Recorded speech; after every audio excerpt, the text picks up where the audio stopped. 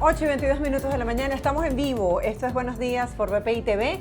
Ya está con nosotros Gabriela Peroso para ponernos en perspectivas con los temas que son noticia, dos temas en desarrollo aquí en Estados Unidos. Gaby, buenos días, bienvenida.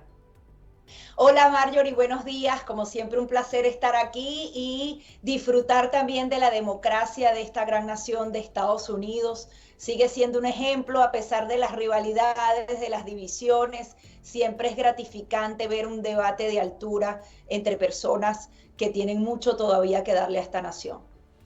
Si te parece, vamos a comenzar a hablar de lo que fue el debate de ayer. Fue calificado por el presentador, habló del gran ausente y lo denominó como el elefante ausente, refiriéndose a Donald Trump. Me gustaría que habláramos acerca de Donald Trump y los temas más importantes que se abordaron en el debate. Si bien Donald Trump lo había decidido así, y creo que lo habíamos hablado brevemente la semana pasada, que no asistiría ni a este debate y quizás no asista a los próximos. Él se basa fundamentalmente en que tiene más del 50% del apoyo y que duplica a su segundo contrincante, que sería Ron DeSantis, y los demás están por debajo de un dígito. Entonces él dice, ese liderazgo lo tengo y no tengo por qué debatir con personas que tienen el 1 o el 2% de apoyo. Es su posición. Hay gente que dice que a futuro esto le podría afectar, pero creo que fue muy bueno para la dinámica electoral.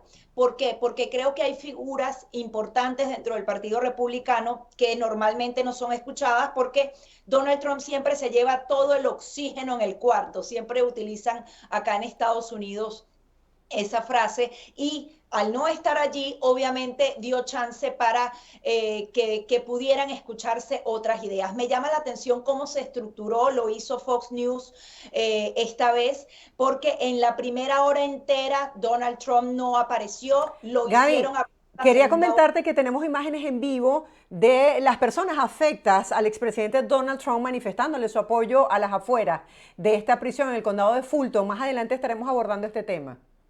Si bien brevemente sobre esto, se espera que hoy mismo el expresidente Donald Trump se presente en Georgia para ponerse a derecho, como dicen acá. Incluso se hace la acción de arrestarlo. Sin embargo, él luego paga una fianza que ha sido establecida en $200,000. Y en este caso en particular, ya que tenemos las imágenes allí de las personas, es distinto porque en los otros tres casos, en las otras tres acusaciones, él iba directamente a la Corte del Distrito o a la Corte Federal en donde se le estaba dando su caso, pero lo que es la legislación de Georgia lo lleva a una cárcel, Marjorie. Y la cárcel ha sido denunciada por su mal estado, tiene condiciones graves, incluso hubo un fallecimiento de uno de los reclusos que fue hallado con insectos y suciedad, o sea, una cárcel parecida a las naciones que tienen poco, no parece una cárcel estadounidense. Él tiene que ir allí y muy probablemente otra cosa que va a ser novedosa de esta cuarta entrega de Donald Trump es que muy probablemente, así lo han dicho las autoridades, le tomen esa fotografía policial y eso le va a dar la vuelta al mundo. Había personas que decían que iban a hacerse una franela con ella. Las autoridades de Georgia han dicho que sí y ya veíamos la imagen, por ejemplo, de Rudy Giuliani el día de ayer. Así que es muy probablemente que esto ocurra, así que ustedes tienen que estar muy pendientes. Seguramente BPI TV podrá llevarles imágenes en vivo y en directo de lo que será esta presentación, la cuarta y quizás el caso más delicado que enfrenta el expresidente Donald Trump. Seguimos con el Gaby, debate, Marjorie.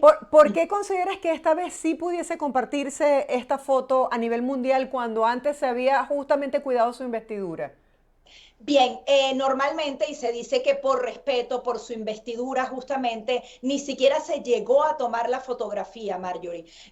Fue una cuestión de respeto, incluso normalmente todas estas entregas son negociadas y sobre todo al tratarse de un expresidente, aunque bueno, no hay precedente alguno, tienen que hacer negociaciones con el servicio secreto. Sin embargo, esta fiscal, que es la que lo acusa del condado de Fulton, ahí en Atlanta, en Georgia, ha sido sido muy vehemente y ha asegurado que él es un recluso más, o no un recluso, porque todavía no ha sido Sí, un apresado, pero que detenido. él es un acusado más y que todos tienen que estar bajo la misma jurisdicción. Incluso en algunos casos se criticaba el Poder Judicial porque decían, el Poder Judicial decía, no vamos a tomarle la fotografía porque esto incluso lo podría favorecer o desfavorecer. Entonces decían, bueno, no, que la justicia no toma decisiones que vayan a favor o en contra de un candidato o que no tienen que ver con la política.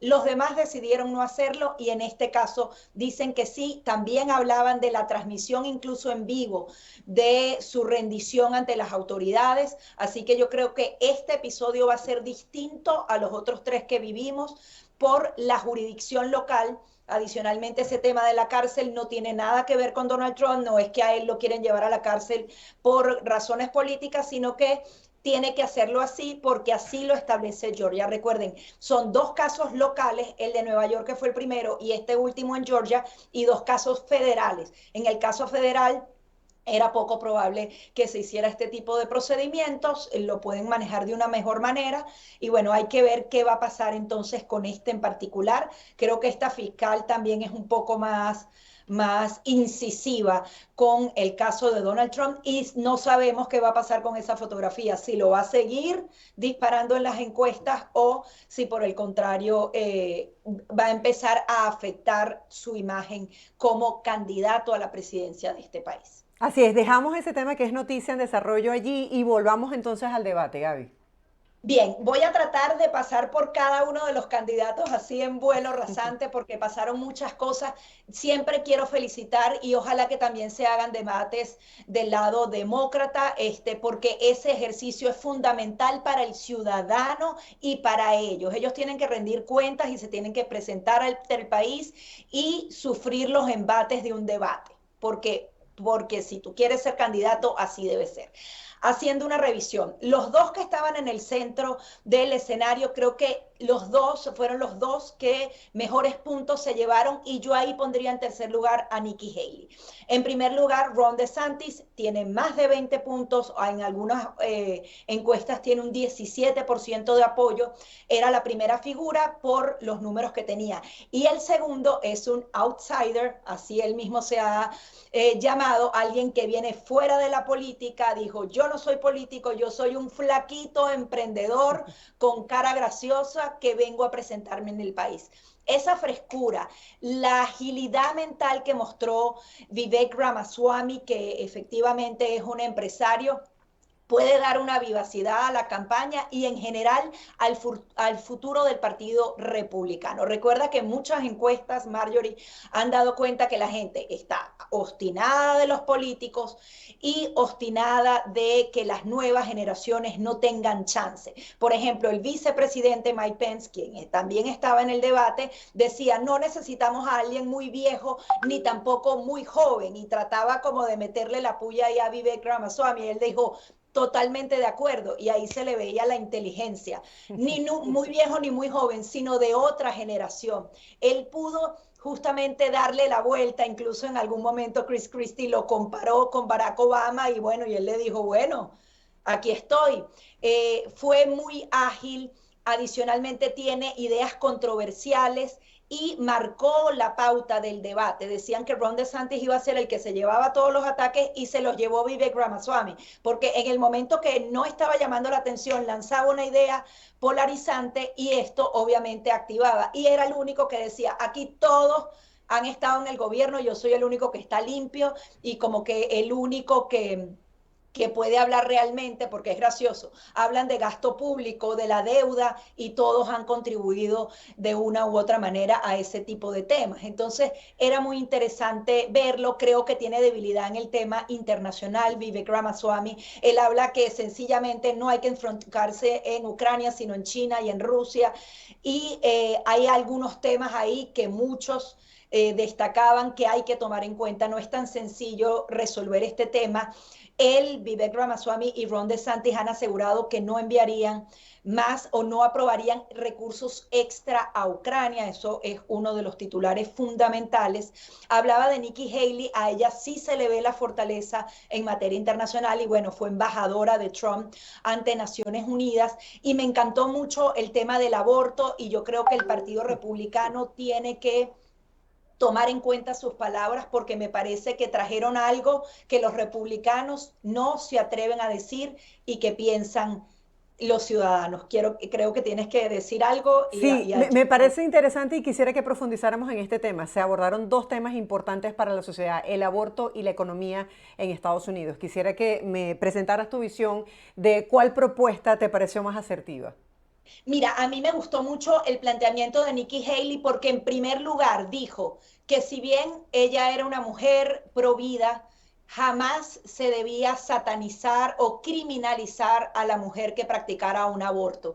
Y le dio justamente ese punto a la mujer teniendo opciones. Yo creo que eso es fundamental. ¿Y cómo lo abordó? Dijo, para hablar del aborto, allí sí necesitamos un consenso. Ahí inmediatamente le dijeron, el consenso es el enemigo del liderazgo, no puede ser así. Yo creo que sí debe haber un consenso. Aquí hay dos discusiones fundamentales que hablaban ellos. Decían que finalmente la decisión del aborto, luego de la decisión de Roe versus Wade, no es que criminaliza el aborto ni lo prohíbe, sino que lo pasa a cada uno de los estados. Y varios de los candidatos lo apuntaban de una manera. Dicen, eso ha sido una ganancia para Estados Unidos porque la decisión la toma cada estado. Y ponía justamente el exgobernador de North Dakota un punto. North Dakota jamás va a ser Nueva York. Los ciudadanos piensan, parecen dos países completamente distintos. Y eso hay que respetarlo, Marjorie, porque si North Dakota definitivamente no está de acuerdo con que el aborto sea muy largo o muy corto el periodo para que se ejecute, debe también basarse en el pensamiento de los ciudadanos. Entonces hablaban de pasarlo a una prohibición federal y decían que no, que sí, que 15 semanas, que 8 semanas, y Nikki Haley apuntaba a algo fundamental, dijo, dejen de decir que las mujeres a través del voto van a decidir esto. Lamentablemente no hay votos suficientes, ni en el Senado, ni en la Cámara de Representantes, ni de un partido, ni de otro, para aprobarlo a nivel federal. Entonces, no sigamos diciéndole a la mujer, vota por este partido o por otro porque vas a conseguir una solución. La solución lamentablemente no es legislativa porque para eso hay que tener una mayoría real y por lo que van los números y por lo que van las encuestas, ambos partidos políticos van a estar ahí cabeza a cabeza en ambas cámaras. Yo creo que eso es fundamental porque utilizan el tema del aborto con fines políticos y entonces la mujer está o criminalizada o súper protegida, pero al final es puro discurso político y realmente no va a llegar a nada. Entonces yo creo que la palabra consenso aquí viene muy, muy bien. Gaby, haciendo la transición al tema económico, ¿qué se habló en cuanto a estrategias para enfrentar la inflación que afecta a las personas que residen aquí en Estados Unidos?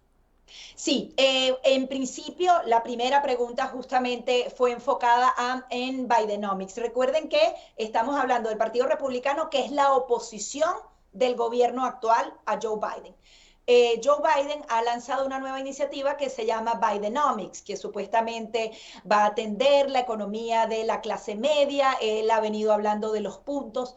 Aquí los ciudadanos, los que hacen vida acá, sienten que no les alcanza con nada, que la economía va mal. Ellos han venido bajando la inflación a través del tema de las tasas de interés y otras medidas, pero realmente lo que siente el estadounidense es que no le alcanza y cuando tú ves las cifras reales, porque cuando dicen baja la inflación es que no va a subir a ese ritmo, pero está entre 9, 14 y hasta 20% más lo que pagamos desde antes de la administración Biden a hoy. Y es decir, pagar los huevos en vez de en 10, en 12, en 14, en 16 o hasta en el doble, obviamente le pesa a cada una de las familias y eso lo sienten. Entonces hacían críticas fundamentales porque el Partido Demócrata sigue tratando de alentar el gasto público y el gasto público sale caro a futuro. Estados Unidos se ha endeudado de una manera increíble, no es culpa de uno u otro partido, ambos partidos por razones distintas han contribuido a esa enorme deuda que tiene la nación. A veces en casos no necesitábamos endeudarnos de esa manera, pero han seguido tomando esas decisiones políticas. Pero ahorita en septiembre que vuelvan de vacaciones en el Congreso, ellos van a tener esa lucha. Los republicanos quieren una revisión exhaustiva de gastos y que haya cierto ahorro, aunque creo que no podemos hablar de ahorro en estas circunstancias. Sí. El Partido Demócrata quiere aprobar y aprobar más recursos. Ellos tienen puntos específicos de, por ejemplo, reducir hasta un 10% el gobierno. El tema aquí, Marjorie, es que no sé si sea ejecutable en la vida real. Tienen buenas ideas, yo creo que el tema energético hay que fortalecerlo. Aquí se han tomado muchas decisiones que todavía no están maduras. El tema del cambio climático suena muy bien y el tema de la protección del ambiente suena muy bien, pero la energía fósil es absolutamente necesaria. Lo dejó claro Ucrania y Rusia. Tuvo Alemania que volver a esas energías fósiles porque todavía el mundo no está preparado. Entonces tienes que tener un balance y un poderío energético, porque al final, cada vez que vas a todo lo de los carros eléctricos, suena muy bonito, pero ¿qué le estás dando a China? Más y más dinero, que es el principal contaminador del mundo. Hablaban de que China e India tienen que ser presionados para que esa polución no sea tan fuerte. Eso más que promover carros eléctricos que al final tienen baterías y por un lado limpian el ambiente y por otro lo van a seguir dañando. Sí, interesante todos estos temas que se abordaron en el debate. Me permito, si te parece, hacer una transición a otro tema que es de interés para nuestra comunidad. Se ha hablado de conversaciones entre Estados Unidos y Venezuela para un posible levantamiento de sanciones y elecciones libres en el país. Quisiera que nos hablara sobre esto. ¿Qué se sabe de estas supuestas conversaciones, Gaby? Bueno, no se sabe nada y a mí me llama la atención la manera en la que enfocan el artículo porque Bloomberg lo pone como una gran exclusiva y como algo que la gente no sabía. Durante todos estos meses han seguido esas conversaciones. Han habido 2 visitas oficiales de altos funcionarios norteamericanos a Venezuela, pero esas negociaciones no se han paralizado. Yo creo que ese levantamiento y esa flexibilización de sanciones ya es un hecho en Venezuela. El tema de que Chevron ya esté exportando directamente desde Venezuela a Estados Unidos barriles de petróleo es un hecho. Eso es parte de la flexibilización de las sanciones y esas conversaciones van atadas a todo eso. En el tema local, obviamente esto ha traído un beneficio a esa comunidad, hay un tema de empleo y una cantidad de cosas que hay que tomar en cuenta en la revitalización de la economía venezolana que podría contribuir. Lo que no sabemos es si es que ahora van a venir nuevos anuncios, no sabemos si Bloomberg busca eso, de que la flexibilización vaya un poco más allá. El tema aquí es que se han flexibilizado esos asuntos energéticos en Venezuela y no han habido avances significativos para esas elecciones libres y justas. Ojalá que esas conversaciones sean: vas a quitarle la inhabilitación política a Enrique Capriles, a María Corina Machado, a Superlano, vas a brindar seguridad a cada uno de esos candidatos, o sea, a fortalecer a esa oposición y adicionalmente hacer la revisión del registro electoral, tantas cosas que hemos mencionado aquí, y con eso entonces quizás hacer algo, pero ni siquiera Maduro ha dado de su lado, la flexibilización se ha dado, ha traído cierto beneficio a algunos sectores específicos económicos, pero del lado político nada se ha avanzado. Entonces hay quienes dicen que esas conversaciones en México han continuado siempre, lo que pasa es que ya no lo hacen bajo la mirada pública. Son ¿Cómo? temas fundamentales y la liberación de los presos políticos tenemos que seguir insistiendo en ello. Sí, has hablado acerca de que no se han avanzado en esas conversaciones donde se negociarían algunos puntos claves para las elecciones. ¿Cómo ves actualmente en esta cuenta regresiva ya para el 22 de octubre el proceso de las primarias? Complicado, Marjorie, pero van a ir hasta el final, como diría María Corina, y no por una... yo creo que, bueno, están aquí, yo creo que es una consulta ciudadana que se debe ejecutar, que mientras no te la arrebaten de las manos, tienes que ejecutarla, pero la tenemos que ver en su justa dimensión. El chavismo siempre va a buscar decir, miren, participaron en vez de 10, 8 o lo que sea. Que no nos quiten ese espíritu inquebrantable de libertad y de movilizar.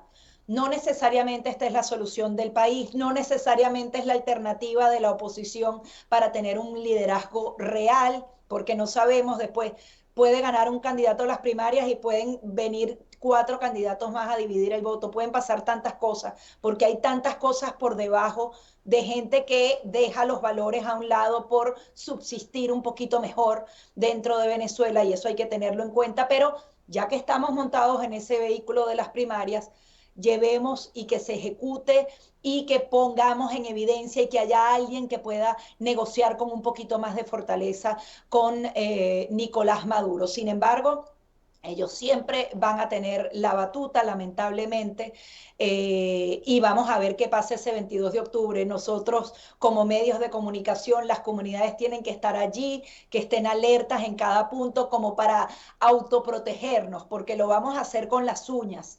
Si es que nos dejan, porque ojo, todavía falta y si ellos ven que esto está creciendo demasiado y no le conviene a Nicolás Maduro, va a ser que se paralice. Entonces ahí ya hay muchos obstáculos que tendrán que enfrentar los opositores, pero tienen que hacerlo porque es la alternativa que hoy moviliza, hace que la apatía sea un poquito menor. Y bueno, y que los venezolanos en el extranjero también podamos aportar algo significativo para apoyar a los que están dentro.